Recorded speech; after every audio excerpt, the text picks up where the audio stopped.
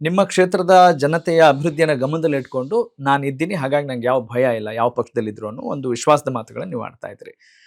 H D ದೇವೇಗೌಡರಾಗಿರ್ಬೋದು, H D Kumaraswamy ಆಗಿರ್ಬೋದು, ಅವ್ರ ಕುಟುಂಬದ ಮೇಲೆ ಯಾಕೆ ತಮ್ಗೆ ಅಷ್ಟೊಂದು ದ್ವೇಷ? ದ್ವೇಷ ಅಲ್ಲ, ಹಾ. ಸುಳ್ಳು ಹೇಳ್ಬಾರ್ದು ಯಾವುದೇ ರಾಜಕಾರಣಿ. ಹೌದಾ? ವಾಸ್ತವಾಂಶ ಮಾತಾಡ್ಬೇಕು.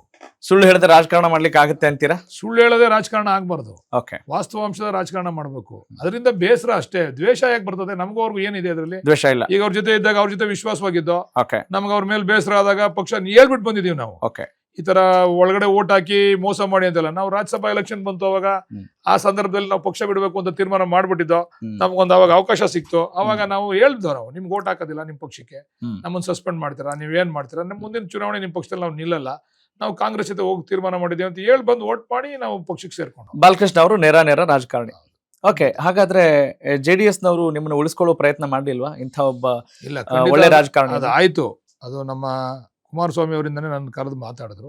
ನನ್ಗೆ ಹೇಳಿದೆ, ನಮ್ಗೆಲ್ಲ ಬೇಸರ ಇದೆ, ಜೊತೆಗೆ ಮೂಲಭೂತವಾಗಿ ಅಲ್ಲಿ ನೀವು ಅಧಿಕಾರಕ್ಕೆ ಬರಲ್ಲ, ಅಧಿಕಾರಕ್ಕೆ ಬರ್ಲಿಲ್ಲ ಅಂದ್ರೆ ಗೆಲ್ಲದ್ ಸುಲಭ ಇರ್ಬೋದು, ಜಾತಿ ಆಧಾರದ ಮೇಲೆ ಓಟ್ ನಾವು ತೆಗೆದುಕೊಳ್ತಕ್ಕಂಥದ್ದು ಸುಲಭ ಇರ್ಬೋದು, ಆದ್ರೆ ನಾವು ಬಂದಿರತಕ್ಕಂಥ ಜಾಗಕ್ಕೆ ನ್ಯಾಯ ಒದಗಿಸ್ಬೇಕಲ್ಲ.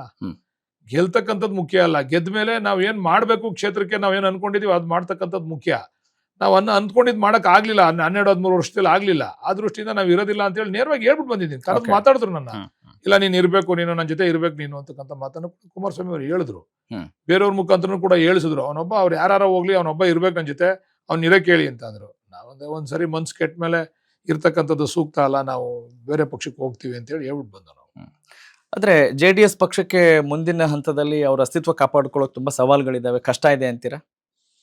ಆತರ ನಾನು ಹೇಳಲಿಕ್ಕೆ, ಅದನ್ನ ಮಾತಾಡ್ಲಿಕ್ಕೆ ನಾನು ತಯಾರಿಲ್ಲ. ಅವ್ರವ್ರ ಪಕ್ಷದ ಹೋರಾಟ ಅವ್ರು ಮಾಡ್ಕೊಂತಾರೆ. ನಾವು ಅವ್ರ ಪಕ್ಷದಲ್ಲಿ ಅವ್ರದ್ದು ಶಕ್ತಿ ಇದೆ, ನಾವೇನು ಅವ್ರನ್ನ ಶಕ್ತಿ ಇಲ್ಲ ಅಂತ ಅಲ್ಗಳಿತಾ ಇಲ್ಲ. ಅವ್ರಿಗೂ ಶಕ್ತಿ ಇದೆ. ಶಕ್ತಿಗಿನ್ನ ಮುಖ್ಯವಾಗಿ ಒಂದು ಜಾತಿಯ ಬೆಂಬಲ ಇದೆ. ಜಾತಿಯ ಬೆಂಬಲ ಆಧಾರದ ಮೇಲೆ ಅವರು, ಈಗ ಒಬ್ಬ ರಾಜಕಾರಣಿ ಪರಿಪಕ್ವ ಆಗ್ಬೇಕು ಅಂತಂದ್ರೆ ಎಲ್ಲಾ ವರ್ಗದ ಜನಗಳ ವಿಶ್ವಾಸ ಗಳಿಸ್ಕೋಬೇಕು. ಕರೆಕ್ಟ್. ಅದು ಆಗಿಲ್ಲ, ಜನತಾದಳದಲ್ಲಿ ಹಂಗಿಲ್ಲ. ನಮ್ಮ ಒಕ್ಕಲಿಗರು ಎಲ್ಲೆಲ್ಲಿ ಮೆಜಾರಿಟಿ ಇದ್ದಾರೆ ಅಲ್ಲಿ ಮಾತ್ರ ಈ ಪಕ್ಷ ಪ್ರಬಲವಾಗಿದೆ. ಬೇರೆ ಕಡೆನೂ ಪ್ರಬಲ ಆಗ್ಬೇಕಲ್ಲ, ಬೇರೆ ಕಡೆ ಪ್ರಬಲ ಆಗ್ಬೇಕು. ಈಗ ಬೇರೆ ವೀರಶೈವರು ಇರೋ ಕಡೆ ಇರ್ಬೋದು, ಅಥವಾ ಹಿಂದುಳಿದವ್ರದವ್ರ ಕಡೆ ಇರ್ಬೋದು, ಅಲ್ಲಿ ಪ್ರಬಲ ಆದಾಗ ಮಾತ್ರ ಈ ಪಕ್ಷಕ್ಕೆ ಕುಮಾರಸ್ವಾಮಿ ಅವರು ಹೇಳಿದಂಗೆ 114 ಸೀಟು 124 ಸೀಟ್ ಬರ್ತದೆ. ನೀವು ಬರೀ ಜಾತಿ ಆಧಾರದ ಮೇಲೆ ರಾಜಕಾರಣ ಮಾಡಿದಾಗ ಬರೀ ಎಲ್ಲಿ ಜಾತಿ ಇದೆ ಅಲ್ಲಿಗೆ ಮಾತ್ರ ಸ್ಥಿಮಿತ ಆಗ್ತದೆ ಇದು.